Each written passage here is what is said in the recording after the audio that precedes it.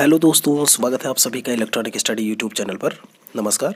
आज के अपनी इस वीडियो में हम बात करने वाले हैं आपके बीटीसी या डीएलएड थर्ड सेमेस्टर से आप देख पा रहे होंगे। तो गणित का ये नेक्स्ट लेक्चर है। यहाँ पर मैंने ये नहीं लिखा कि आपका ये कौन सा पार्ट है, तो एक सीक्वेंस में ही आपको देखने को मिलेगा। बिल्कुल आप प्लेलिस्ट में जाइए, एक के बाद एक वीडियो आपको देखने को मिलेगा। होप से आपका छठा पार्ट होगा, ठीक है। तो यहाँ पर आज हम बात करने वाले हैं एक नए अध्याय को लेकर के, एक नए लेसन को लेकर के, जिसका नाम है घातांक। इंडेसेस क्या होती हैं उनको लेकर के हम पूरी तरीके से बात करने वाले हैं। कुछ लॉज होती हैं इंडेसेस की, उनके बारे में भी इस वीडियो में हम बात करेंगे।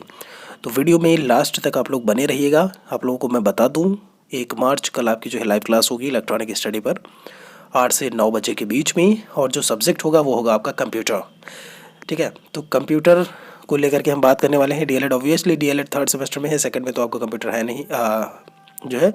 तो हम पूरी तरीके से बात करेंगे आपका कंप्यूटर को लेकर के। जो एमसीक्यूज़ होंगे उनके बारे में देखेंगे, जो भी चीज़ें होंगी उनके बारे में बात करेंगे। तो अपनी उपस्थिति 1 तारीख को 8 से 9 बजे तक इलेक्ट्रॉनिक स्टडी पर ज़रूर दर्ज करवाइएगा। यहाँ पर कोई रजिस्ट्रेशन करने की ज़रूरत नहीं होती है, बस आइएगा और ज्वाइन हो जाइएगा, ठीक है। सूचकांक दोस्तों, सबसे पहले तो हम इंडेक्स के बारे में बात करेंगे इंडिसेस को पढ़ने से पहले कि इंडेक्स होता क्या है। तो यहाँ पर आप लोगों को मैं बता दूँ, पढ़ते हैं कि एक पॉइंट, किसी संख्या का सूचकांक हो जो यह बताता है, सूचकांक जो यह बताता है कि वास्तविक मूल्य को प्राप्त करने के लिए आधार संख्या को आपस में कितनी बार गुणा किया जाए। अभी आधार संख्या क्या होती है, किसी चीज़ को कितनी बार गुणा करना है, उनके बारे में अभी हम धीरे धीरे बात करते रहेंगे, ठीक है। तो उसके लिए आप परेशान ना होइएगा कि अभी आधार संख्या है क्या। इतना आप अभी जो है मान के चलिए कि यह बताता है कि वास्तविक मूल्य को, कोई भी एक रियल वैल्यू को अगर आपको ऑब्टेन करना है, प्राप्त करना है, तो आप आधार संख्या को कितनी बार गुणा करोगे। देखते हैं अभी आधार संख्या होती क्या है। यह आधार संख्या के दाहिनी ओर ऊपर की तरफ एक छोटी सी संख्या के रूप में अंकित होता है। क्या है दाहिनी ओर, जैसे आप क्या लिखते हो 5 की पावर 2, ठीक है। अब यहाँ पे क्या है, ये आपको आधार में दिख रहा है ना, 5 किस में दिख रहा है, आधार में दिख रहा है ना, और ये किस में दिख रहा है, पावर में दिख रहा है। तो आधार संख्या के दाहिनी ओर, ये दाहिनी तरफ ही तो है ये 5 के, ठीक है। आधार संख्या क्या है यहाँ पर, मान लीजिए 5 है, उसके ऊपर एक छोटी सी संख्या के रूप में इंगित होता है। तो ये चीज़ आपकी हो गई एक, तो जिसकी आप लेकर के बात करते हो कि कितनी बार मल्टीप्लाई करना है, और ये आपकी आधार संख्या हो गई। तो 2 क्या बताता है यहाँ पे, होप सो कि आप लोगों को ये पता होगा कि यहाँ पर जो 2 है वो बताता क्या है। 2 ये बताएगा दोस्तों कि 5 को कितनी बार मल्टीप्लाई करना है। तो 5 × 5 यानी कि 25 आपका आंसर आएगा, वो यही बताता है यहाँ पे, ठीक है। अब उम्मीद मैं कर सकता हूँ कि दोनों बिंदु आपको अच्छे से समझ में आए होंगे। तीसरा पॉइंट लिखा हुआ है सूचकांक। इंडेक्स का बहुवचन ही क्या होता है, घातांक होता है, इंडेसेस, ठीक है। इसीलिए देखिए इंडेक्स से क्या बना है, इंडिसेस बना हुआ है, यानी कि घातांक। आगे देख लेते हैं। आपको अच्छी तरीके से पता होगा, मैंने लिखा BOY, इसका क्या हो जाएगा BOYS। एक लड़के कई सारे लड़के। तो ऐसे में क्या होता है जब आप बात करते हो सूचकांक को लेकर के, तो 5 की पावर मान लीजिए 2 है, उसमें कई सारे, मतलब जब आप उनको लेकर के बात करो, भाई बॉय मतलब एक लड़का, बॉयज़ मतलब कई सारे हो जाएंगे उसमें। जब आप कई सारी चीज़ों को लेकर के बात करेंगे तो वो घातांक के तहत आएंगी। अभी हम देखेंगे थोड़ा सा आगे और आगे। चौथा पॉइंट क्या कह रहा है कि सूचकांक का अन्य नाम घातांक, एक्सपोनेंट या घात, जिसको आप पावर कहते हो। अब आपको समझ में आया होगा कि जो इंडेक्स जो मैं बात कर रहा था ना, वो एग्जैक्टली आपका है क्या, ठीक है। तो यहाँ पर जो है आपने क्या बोल दिया सूचकांक को कि वो घातांक होता है और घात होता है। यहाँ पर 5वां पॉइंट लिखा हुआ है किसी संख्या की घात निकालना। अब किसी संख्या की आपको घात निकालनी होती है तो आप क्या करते हो पावर निकालने के लिए, भाई उसी संख्या को जितनी बार आप गुणा कर, मान लीजिए कोई संख्या है उसकी पावर निकालनी होती है तो आप उसी संख्या को उतनी बार गुणा कर देते हो, घात निकल के आ जाती है। आधार संख्या क्या होती है, मान लीजिए मैंने बोला 2 की पावर 5, ये आपका क्या है, उसकी पावर को बता रहा है, और 2 क्या है, एक आधार संख्या को बता रहा है। तो मैं आशा कर सकता हूँ कि दोनों चीज़ें की आधार संख्या क्या होती है और घात कैसे आप फाइंड आउट करोगे, वो दोनों चीज़ें आपको समझ में आई होंगी। यहाँ पर उदाहरण के लिए कुछ चीज़ें मैंने लिखी हुई हैं, आप इसको समझिएगा। यहाँ से इसमें लिखा हुआ है 4 का स्क्वायर, ठीक है। पहला पॉइंट है 4 का स्क्वायर इक्वल टू कितना हो जाएगा, 4 × 4 इक्वल टू, मतलब मैंने लिख दिया 16। 6 का स्क्वायर मैंने 6 × 6 = 36 हो गया। 5 का क्यूब लिखा हुआ है तो 55 25 5 125 हो गया। ध्यान दीजिएगा यहाँ पे, यहाँ 4 का स्क्वायर, 6 का स्क्वायर, में जो आधार संख्या है वो क्रमशः 4 और 6 है। उम्मीद करते हैं, मैंने बोला 4 का स्क्वायर, तो इसमें आधार संख्या क्या होगी? 4। ये तो आपका घात हो गया। मैंने बोला 6 का स्क्वायर, इसमें आधार संख्या क्या होगी? 6। वही चीज़ मैं यहाँ पर बता रहा हूँ, ठीक है। जबकि दो सूचकांक या घात है, सूचकांक का मतलब ही आपका घात होता है। अभी अभी ऊपर हम पढ़ के आए हैं कि इंडेक्स का मतलब ही आपका पावर है, ठीक है। तो दोनों की कितनी है घात है? 2 है। जबकि जब आप 5 को लेकर के बात करेंगे तो इसमें आधार संख्या तो क्या है आपका? 5 है, लेकिन घात कितनी है? ये जिसको आप सूचकांक बोलोगे वो कितना है? 3 है।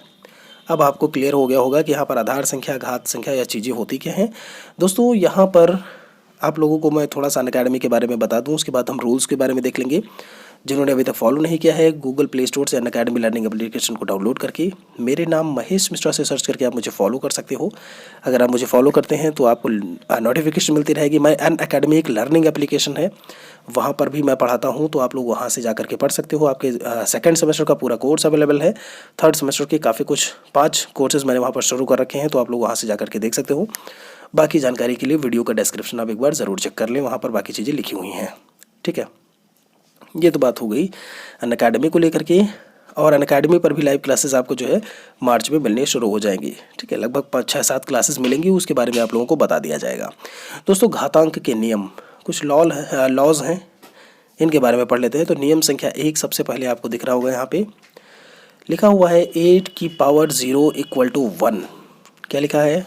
जब कभी आपको ऐसे देखने को मिले कि किसी भी संख्या के पावर में, अब तो आपको ये बताने की ज़रूरत नहीं पड़ेगी कि घात क्या है, पावर क्या है, मैंने आप लोगों को बता दिया है। जब ये आपको पावर में 0 देखने को मिले तो आंसर क्या होगा आपका? 1 होगा। थोड़ा सा पढ़ लेते हैं जो यहाँ पर बातें लिखी हुई हैं। शून्य के अलावा, ध्यान दीजिएगा, शून्य के अलावा है, शून्य के अलावा कोई भी संख्या जिसकी घात शून्य है। अब ऐसा नहीं आपने 0 की पावर 0 लिख दिया और 1 कर दिया, इसके अलावा कुछ भी है। 1 की पावर 0, 1000 की पावर 0 तब भी 1 आएगा। आप लिखिए 5000 की पावर 0 तब भी 1 आएगा। आप लिख रहे हो मान लो 9 की पावर 0 तब भी कितना आएगा? 1 आएगा। तो शून्य के अलावा कोई भी संख्या जिसकी घात जो है वो शून्य हो, सदैव आधार की राशि को अनदेखा या परवाह किए बिना 1 के बराबर होगा। आपको कुछ और नहीं देखना है कि आधार की राशि मतलब आधार संख्या क्या है, उससे आपको कोई मतलब नहीं है। बस क्या कर देना, आपको 1 लिख देना है बराबर में। यहाँ पर देख लीजिए, जैसे मैंने कहा 3 की पावर 0 इक्वल टू 1 हो गया, 2 की पावर 0 इक्वल टू कितना हो गया? 1 हो गया, ठीक है। उम्मीद करते हैं कि जो पहला रूल है आपको घातांक का वो बहुत अच्छे से समझ में आया होगा, ठीक है। यहाँ पर आगे देख लेते हैं। और आप जब बात करते हो घातांक के नियमों को लेकर के, तो दोस्तों जो अभिव्यक्तियाँ होती हैं, जो कुछ आप रिप्रेजेंट कर रहे होते हो, उनका हेर फेर करने के लिए इनके कुछ नियम होते हैं। इन्हीं नियमों का आपको पालन करना पड़ता है, मतलब मैनिपुलेट करने के लिए कि भाई इसमें क्या होगा, इसमें क्या होगा, ठीक है। तो वही चीज़ है, इसीलिए आप रूल पढ़ते हो और इन्हीं रूल्स के बेस्ड जो है आपके क्वेश्चंस आगे देखने को मिलेंगे। रूल नंबर 2 क्या कहता है?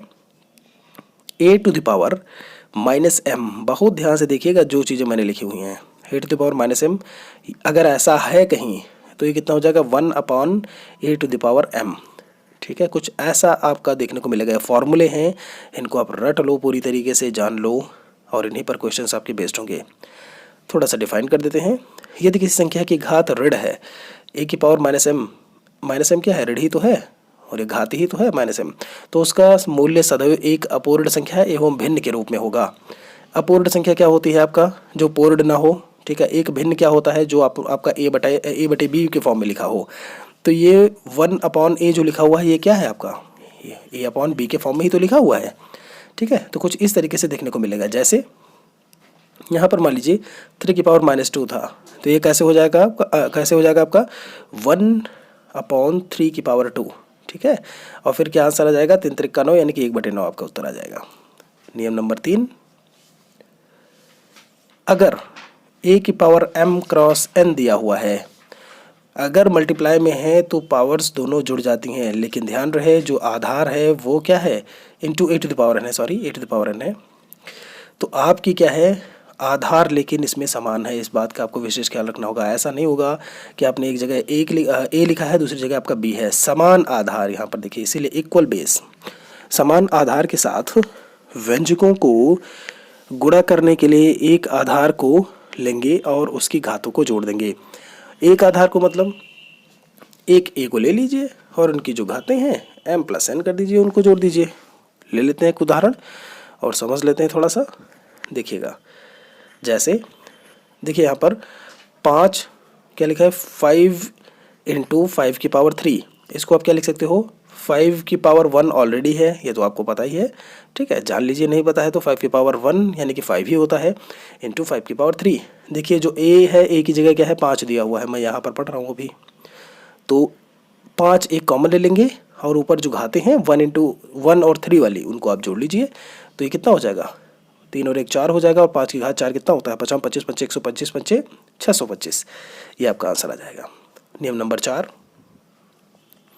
चौथा नियम आपका कहता है कि अगर a⁻m डिवाइडेड बाई a⁻n, ध्यान दीजिएगा, a⁻m डिवाइडेड बाई a⁻n, तो a⁻m-n हो जाएगा। जब मल्टीप्लाई था तो आपका गुणा हो गया, प्लस हो गया था, यहाँ पर आपका डिवाइड है तो माइनस हो जाएगा। ये इस चीज़ का आपको बहुत ही अच्छे तरीके से ख्याल रखना है, ठीक है। बाकी जो चीज़ें हैं वो वैसी ही रहेंगी। तो एक एग्जांपल के माध्यम से इसको समझ लेते हैं थोड़ा। जैसे मैंने बोला 4⁻3 डिवाइडेड बाई 4⁻1, तो भाई क्या करना है, घातों को आपको माइनस करना है, पावर्स को, तो 3 - 1 हो जाएगा, और यहाँ पर एक आपको 4 जो है उसको कॉमन ले लीजिए। कॉमन मतलब आपका एक आधार संख्या उसमें आ जाएगी। तो 4 की पावर कितना हो जाएगा, 3 - 1 यानी कि 4 का स्क्वायर, 4 चौक 16 आपका आंसर आ जाएगा। नियम नंबर 5, इसमें लिखा हुआ है a⁻m और उसका होल n लिखा हुआ है, तो ये क्या हो जाएगा, a⁻mn हो जाएगा। जो घाते हैं वो मल्टीप्लाई हो जाएंगे आपस में, ठीक है। जैसे यहाँ पर मान लीजिए लिखा हुआ है कि y² का होल ऑफ क्यूब, तो y² का होल ऑफ क्यूब, तो 3 और 2 क्या हो जाएगा, मल्टीप्लाई हो जाएंगे, तो क्या आ जाएगा, ये y⁻6 आ जाएगा। दोस्तों यहाँ से आप नियम जो हैं, जो एक तरीके से फॉर्मूले हैं, उनको आप पढ़ते चलिए। जब क्वेश्चंस को हम लेकर के बात करेंगे तो इन्हीं पर आधारित जब क्वेश्चंस को लेकर के बात करेंगे तो आपको और अच्छे से समझ में आता जाएगा। नियम नंबर 6 और अंतिम नियम के बारे में थोड़ा सा बात कर लेते हैं। इसको ध्यान से देखिएगा, a⁻m/n लिखा हुआ है इक्वल टू अंडर रूट में n ऊपर चला गया है, उसके a अंदर है a⁻m, या फिर आप जो है √a n ऊपर है और का होल m, आप ऐसे भी लिख सकते हो। ये थोड़ा सा आपका लेंदी है वैसे, मतलब थोड़ा सा याद करने में हो सकता है दिक्कत हो, ठीक है। तो आप इसको एक बार लिख के देखिए, जो है आपको ये चीज़ याद हो जाएगी। समझ लेते हैं इसमें कहना क्या चाहता है। यदि आधार पर घातांक भिन्न के रूप में होता है, भाई आधार ये है आपका और उसमें घातांक मतलब पावर भिन्न के रूप में, तो अगर मैं m/n लिख रहा हूँ तो ये a/b ही तो है, मान लो एक तरीके से, तो ये किसके रूप में है, भिन्न के रूप में है आपका, ठीक है। भिन्न के रूप में होगा यानी कि फ्रैक्शन के रूप में होगा, तो आधार को घातांक के रूप में लिखकर हल करेंगे। आधार को क्या लिखोगे आप, घातांक के रूप में लिख करके हल करोगे, ठीक है। बिल्कुल वैसे ही जैसे यहाँ पर एक ले लिया है हमने जो है एग्जाम्पल, तो 125 की पावर 2/3 लिखा हुआ था, तो आपको बिल्कुल पता है 3 ऊपर चला गया, 125 का स्क्वायर।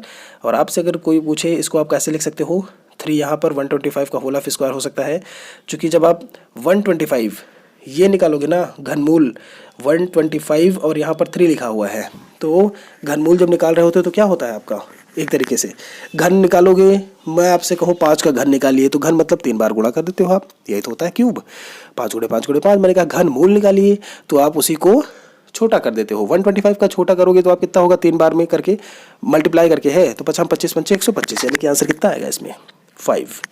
देखिए 5 लिखा हुआ है और यहाँ पर स्क्वायर था तो मैंने स्क्वायर लगा दिया, क्या हो गया, ये 5 का स्क्वायर हो गया और 25 आपका दोस्तों आंसर देखने को मिला। आशा कर सकते हैं कि इतनी चीज़ें जो मैंने आज आपको बताई मैथमेटिक्स के इंडिसेस में आपके पार्ट 1 मान सकते हो, उसमें सारी चीज़ें आपको समझ में आई होंगी। वीडियो को लाइक ज़रूर कर दीजिएगा, शेयर भी करिए अपने दोस्तों सहपाठियों के साथ में, चैनल को भी सब्सक्राइब कर लीजिए। ऐसे ही मेरे साथ में अपडेटेड रहने के लिए लाइव क्लास आपकी कल होगी 8 से 9 बजे। कंप्यूटर को लेकर के हम बात करने वाले हैं, तो उपस्थिति अपनी दर्ज जरूर करवाइएगा। जल्दी मिलते हैं अगले वीडियो में एक नए टॉपिक को लेकर के। Thanks for watching this video.